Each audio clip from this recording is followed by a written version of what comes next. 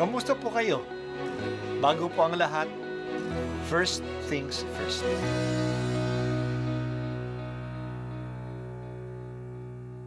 Good morning po.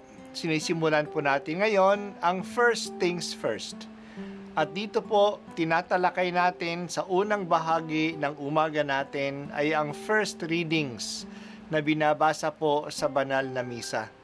Ito pong tinatalakay natin kasi madalas po kasi marami na tayong alam tungkol sa gospel readings. Pero konti po ang nagsasalita sa first readings. Pero ang first readings, bahagi din po yan ng Biblia, ng banal na kasulatan. Kaya susubaybayan po natin ang mga first readings. Basahin po natin at kuminsan kailangan ng basahin ng 2 o 3 beses bago maintindihan kasi hindi po tayo familiar sa mga istorya at sa mga kaisipan na tinatalakay dito. Ang pagbasa mula sa aklat ni Job. Ang sagot ni Job sa kaniyang mga kaibigan, "Iyan ay dinig ko na noon pa mang una. Ngunit sinong tao kaya ang tatalo sa kanya? Sino ang sa kanya'y maaaring mga tuwiran? Sa 1,000 niyang tanong, di masagot ang isa man. Ang Diyos ay matalino at makapangyarihan. Sino kaya ang sa kanya ay makalalaban? Walang sabi-sabi, inuugaya ang bundok. Sa tindi ng kaniyang galit, ito'y kaniyang dinudurog. Itong sangkalupaan ay kaniyang nayayanig, at nauuga niya ang saligan ng daigdig. Napipigil sa pagsikat ang silahis nitong araw. Sa kaniyang naitatago ang tala sa kalangitan. Siya lamang ang lumikha sa sangkalangitan, at sa bangis nitong dagat walang ibang makasaway. Ang malaking Diper at Orion ay siya lamang ang maylalang, pati na ang Pleiades at mga kumpol na bituin sa timugan. Makapangyarihan niyang gawa ay hindi maunawaan. Sa milagrong gawa niya, sa dami ay di mabilang. Siya'y nagdaraan, ngunit di ko mamalas. Siya'y hindi ko makita, bagaman ay naglalakad. Anuman ang gawin niya ay walang makahahadlang, ni makapagtatanong, bakit mo ginawa iyan? Anong aking isasagot sa kanyang katanungan? Kahit ako walang sala, ang tangi kong magagaway, sa harap ng Diyos na hukom, manikluhod akong tunay. Kahit niya biyaan ako'y makapagsalita, di ko rin natitiyak kung ako'y diringgin kaya. Ang salita ng Diyos. Salamat sa Diyos.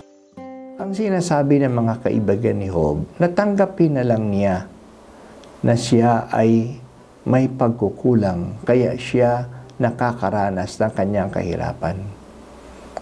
Iyan ay sukli ng kanyang kasamaan. Pero pinaninindigan ni Job na wala siyang kasalanan at tinahamon niya ang Diyos na magsalita at ipakita ang kanyang kasalanan kung mayroon nga. Ganun siya ka-confident na wala siyang masamang ginawa. Pero sasagot ba ang Diyos sa kanya? Ang Diyos na dakila sa lahat. Makapangyarihan siya. Nayayanag niya ang mundo at ang mga bundok. Siya ang nag-uutos sa araw na lumabas at lumubog. Kilala niya ang mga bituin sa kalangitan. Ang mga milagro niya ay marami at di mabibilang. Papasilin ba siya ng Diyos kung tinatanong niya?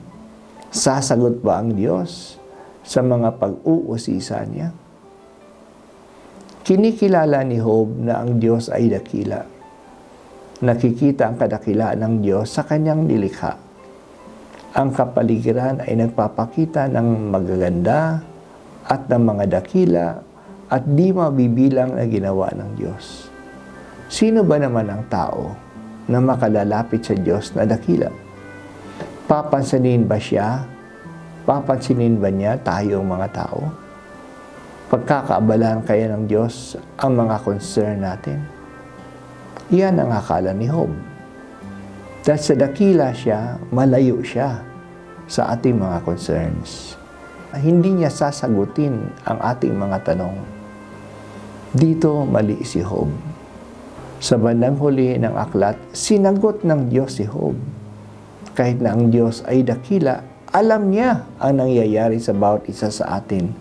At ang mga reklamo natin ay kanyang dinidinig. Ganun nga kalapit ang Diyos sa tao, na siya mismo ay naging tao at nakipamuhay kasama natin. Kaya huwag natin isipin na dahil sa busy ang Diyos sa pamamahala sa buong universe, hindi niya pinapansin tayong mga abang mga tao. Mahalaga ang bawat isa sa atin. Sinabi nga ni Jesus na ang bawat buhok natin ay bilang niya.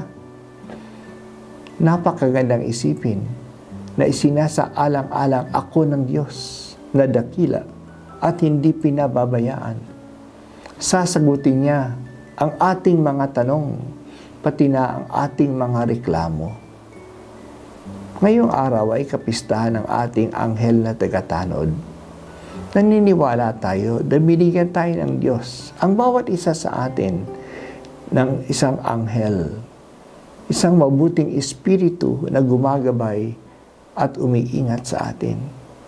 Ito ay tanda ng kanyang pagpapahalaga sa bawat isa sa atin. O Diyos, tulungan mo ako na maniwala, hindi lang sa kadakilaan mo. Sana mas lalong maniwala ako na ikaw ay malapit sa akin at ako'y pinapansin mo. Hindi lang ako isa sa mga ginawa mo.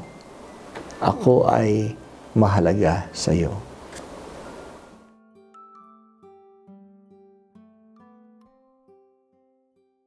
At ako po ay si Bishop Broderick Pabilio dito sa First Things First.